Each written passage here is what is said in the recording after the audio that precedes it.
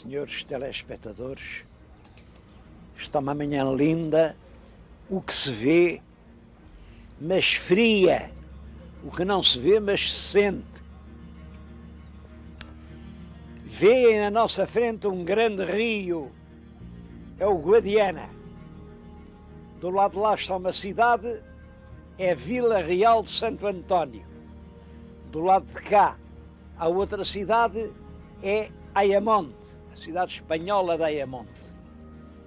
O nosso programa de hoje é sobre o Concelho de Vila Real de Santo António.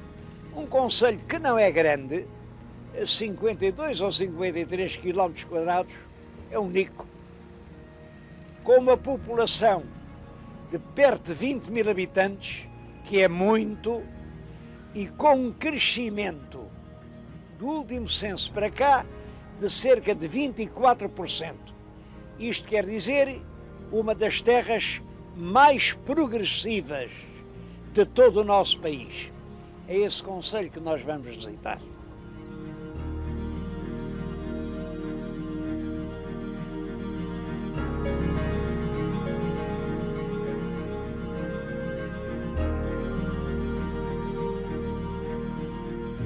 Estamos na margem espanhola do troço terminal do rio Guadiana.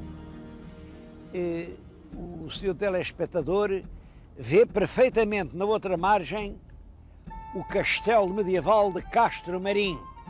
O castelo que El Rei Dom Dinis escolheu para sede da Ordem de Cristo.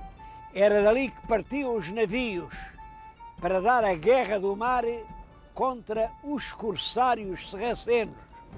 Bom, e ali, mais no sentido da Foz, já estão a ver os prédios de Vila Real de Santo António, a cidade que nasceu por vontade do grande estadista Marquês de Pombal.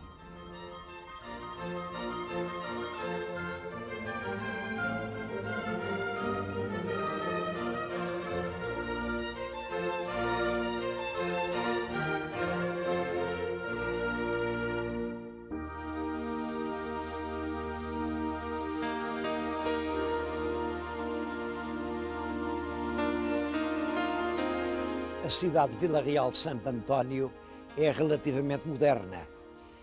Como cidade, ela data só de 1988, portanto, uma dúzia de anos. Mas mesmo como vila, devo dizer que isto foi sempre vila. Esta terra nunca foi lugar nem aldeia, nasceu logo vila, com o nome de Vila Real, porque era uma vila feita pelo rei, de Santo António. Santo António porque isto substituía-se a um lugarejo de pescadores que havia ali ao pé do mar, chamado Santo António de Arenilha. Ainda hoje, quem lá for, vê umas pedras brancas, mesmo à beira-mar, ali é que era Santo António de Arenilha. Depois, por qualquer razão que não está bem esclarecida, eu penso que se trata de que as pescas começaram a ter aqui um grande incremento. Começaram a vir realmente os cardumes do atum e, portanto, a captura do atum tornou-se altamente remuneradora. Isso leva o Marquês de Pombal a tentar criar uma companhia de Estado, uma companhia majestática, para as pescas no Algarve. Ora bem, a companhia tinha que ter uma sede e é nessa altura, ao mesmo tempo que cria a Companhia das Pescas do Algarve, que ele cria a Vila Real de Santo António. Eu acho que a vila é muito interessante como documento pombalino, como cidade racional, retilínea, desenhada ali na prancha com um tira-linhas e uma régua. Tudo é retilíneo, tudo é perpendicular, aqui não há curvas, não há largos, é uma cidade iluminista, como a concebia o espírito retilíneo do Marquês de Pombal. Também é curioso, ele mandou fazer a praça e mandou ao meio pôr aquele obelisco, aquilo ao meio é um obelisco, mandado colocar pelo próprio Marquês de Pombal. Tem lá a data, 1775. Portanto, foi 2 anos antes de terminar o poder pombalino. Como sabem, Pombal cai quando morre o rei Dom José. Isso acontece em 77. 2 anos antes, ele manda pôr ali aquele obelisco e é muito característico da linguagem empolada e superlativa de que o grande estadista utilizava quando se referia quer ao rei, quer a ele próprio.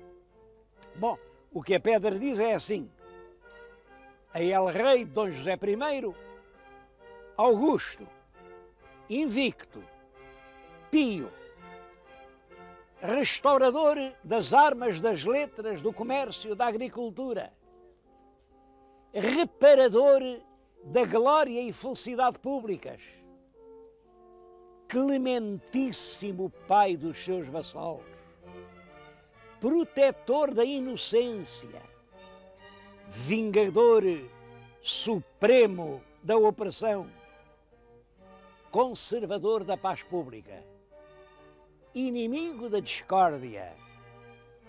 Aqui acabam os elogios, como viram, são uma dúzia.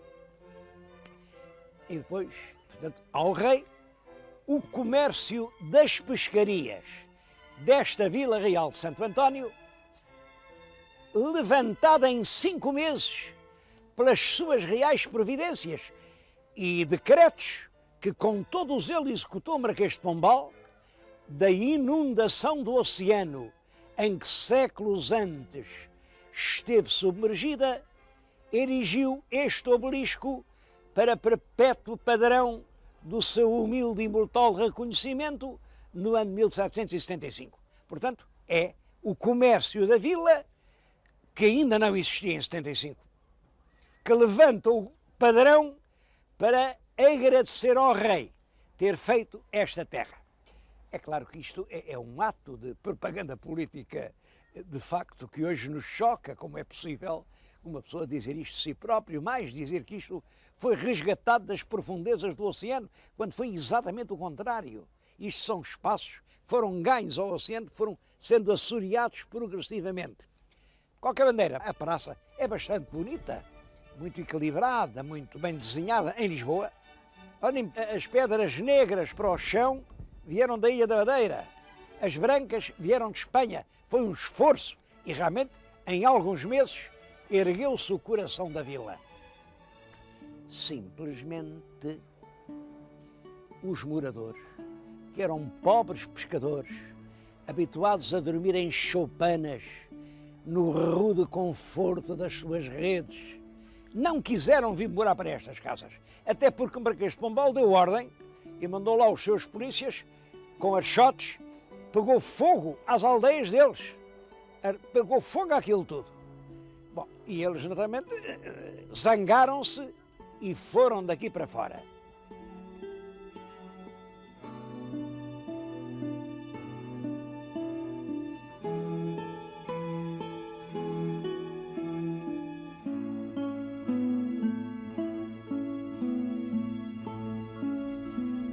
Naturalmente, os pescadores portugueses fizeram o que podiam fazer.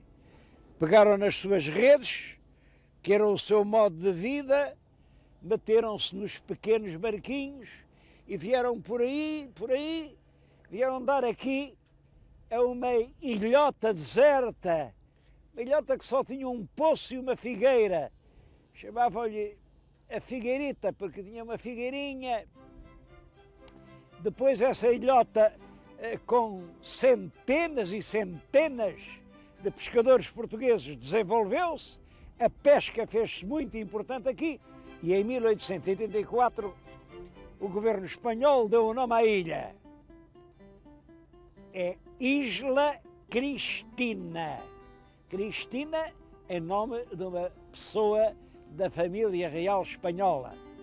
A Ilha Cristina é hoje uma vigorosa povoação de pescadores, ainda há aqui muita gente a trabalhar. Olhem, dizem que naquela draga que ela está, uma parte dos marinheiros ainda são portugueses, dessa gente que fugiu no tempo do Marquês de Pombal.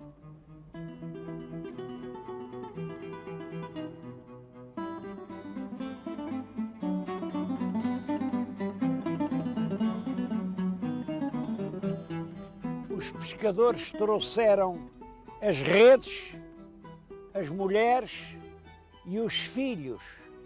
Bom, e em breve construíram as suas primeiras habitações. Não seriam muito diferentes destas.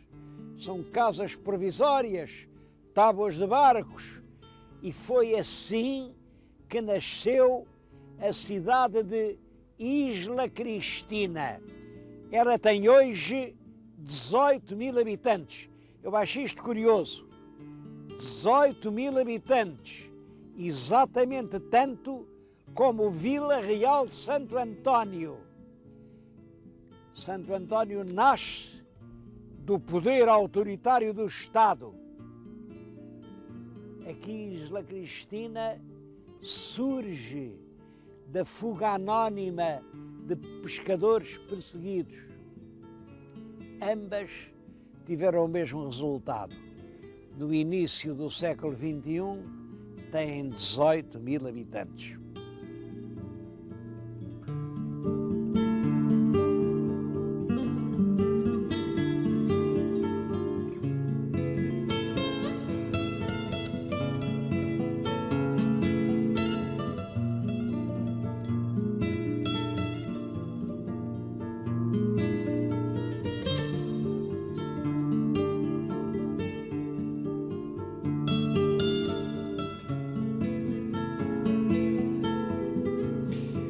Marquês de Pombal, para conseguir o rápido triunfo da sua Vila Real, foi a Castro Marim, onde estava a alfândega, e mudou a alfândega para a Vila Real.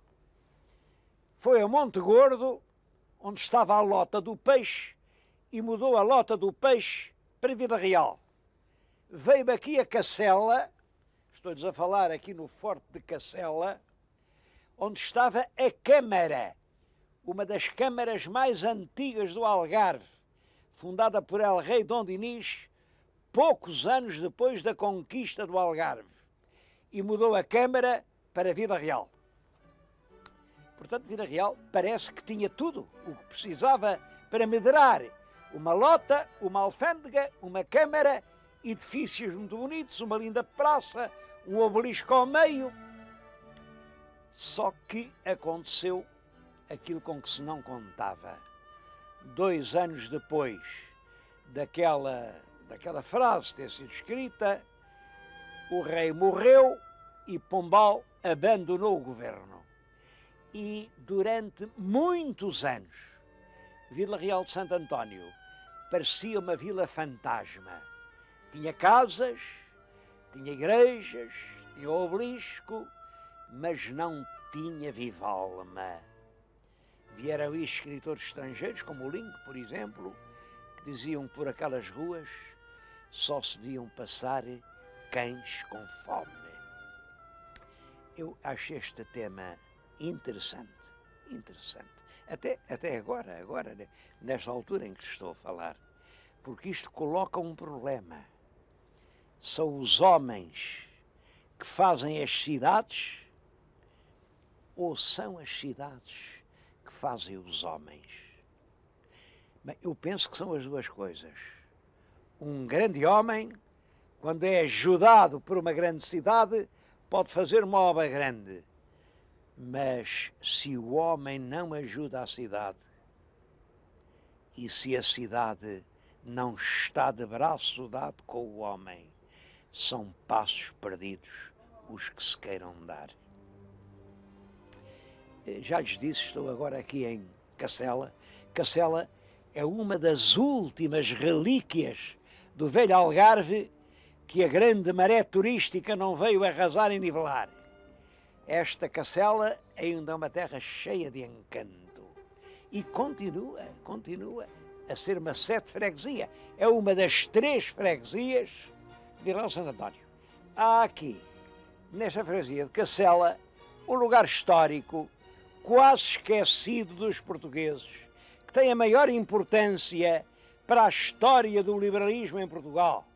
Pode-se dizer que foi aqui que pela primeira vez puseram pé vitoriosamente as tropas da expedição liberal que Dom Pedro, Duque de Bragança, ex-imperador do Brasil, tinha trazido dos Açores até ao Mindelo. Vamos até lá ver onde elas desembarcaram.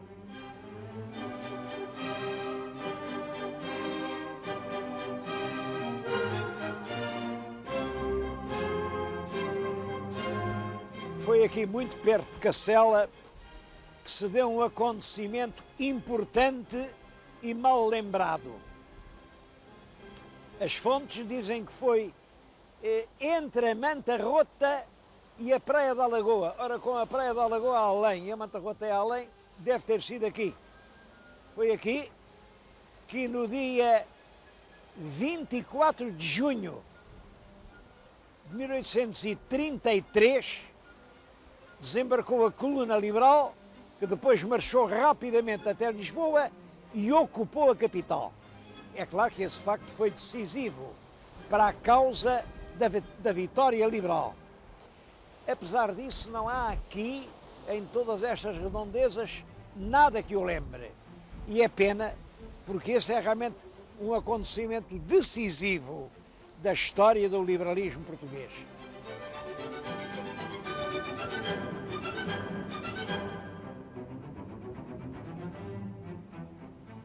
Agora eu penso que há um grande herói do liberalismo algarvio, um escritor nascido aqui, que dedicou toda a sua vida à causa que perfilhou.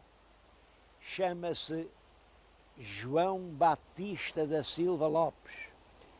Esse homem esteve preso nos subterrâneos da Torre de São Julião da Barra, às cegas e mesmo sem ver, ele insistia e conseguiu escrever um livro emocionante, As Memórias dos Presos de São Julião da Barra. É claro, escrever um livro às escuras aconteceu o que não podia deixar de acontecer.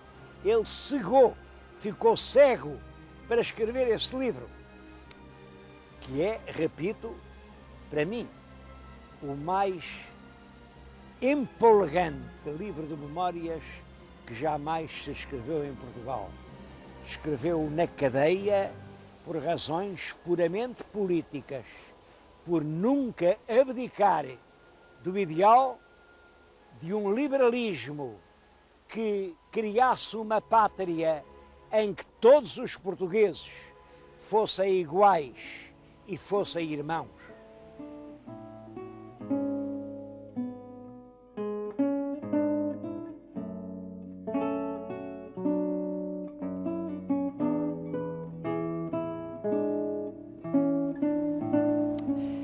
É claro que os anos que sucedem ao afastamento de Pombal foram tristes anos para Vila Real de Santo António, mas não tardou muito que isto voltasse a crescer e a ser uma vila florescente, porque, é claro, havia a riqueza do peixe e em breve vem a riqueza das conservas, sobretudo já no século XX, entre as duas guerras, a Guerra de 14 e depois a Segunda Grande Guerra Mundial. As conservas eram essenciais para as rações dos soldados. E Vila Real foi uma espécie de capital da conserva. Olhem, eu estou-lhes a falar aqui no terraço de um hotel, feito em 1926 e feito por um homem, eu ainda o conheci, que era Ernesto Corrodi, um homem cujo nome está muito ligado ao Castelo de Leiria e que fez muito por Leiria. Foi o Corrodi quem desenhou este hotel, porque já nessa altura Vila Real de Santo António recebia gente de fora e recebia bem. Aliás, o próprio hotel é uma pequena obra-prima de arte dessa época.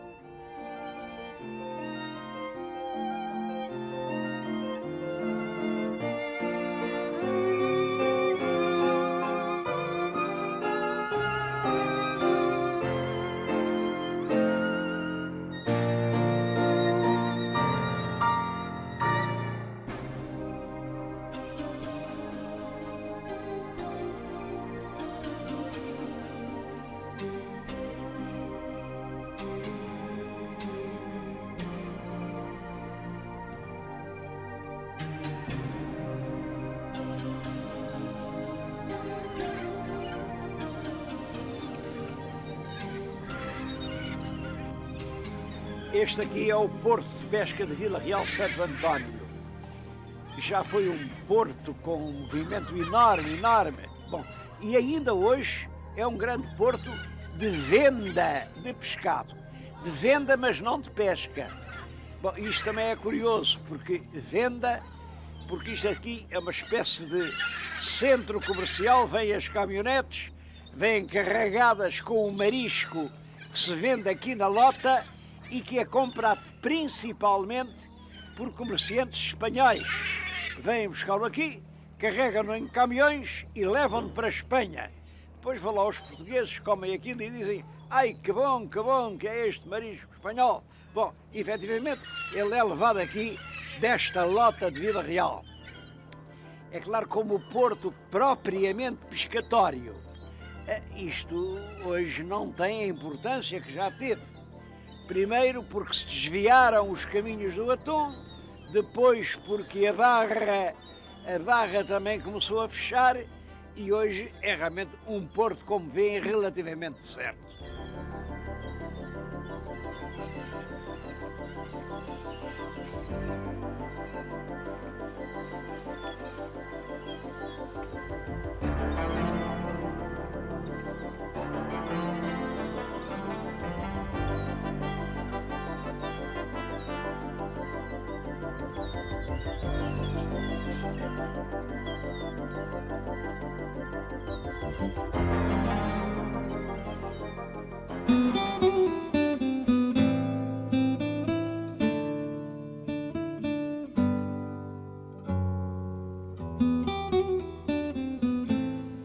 A terceira freguesia do concelho de Vila Real Santo António é Monte Gordo.